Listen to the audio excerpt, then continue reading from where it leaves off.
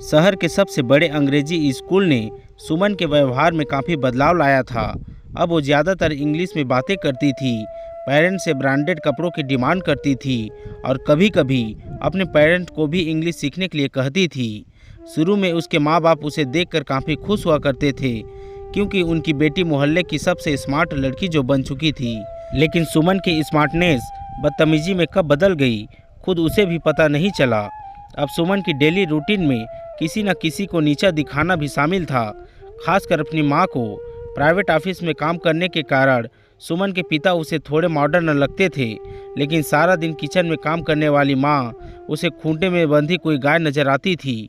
अपने बच्चे को अंग्रेजी स्कूल में पढ़ाने का सपना तो इस मिडिल क्लास परिवार ने जैसे तैसे पूरा कर लिया था, लेकिन जो संस्कार उन्हें लगता था कि बच्चे को बिना सिखाए ही आ जाएंगे, वो सुमन में दूर दूर तक कहीं नहीं थे। एक दिन सुमन स्कूल से घर काफ़ी गुस्से में आती है और अपनी माँ से चिल्लाते हुए कहती है, थोड़ी तो मॉडर्न बन जाओ माँ, आज के ज़माने में कौन अपने बच्चे को रोटी देता है टिफिन में।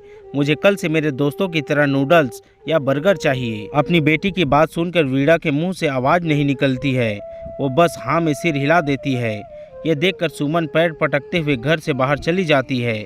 अपने घर की गली से गुजरते वक्त उसे एक बूढ़ा व्यक्ति दिखाई देता है, जो सूखी रोटी पानी में डुबोकर एक बच्चे को खिला रहा होता है।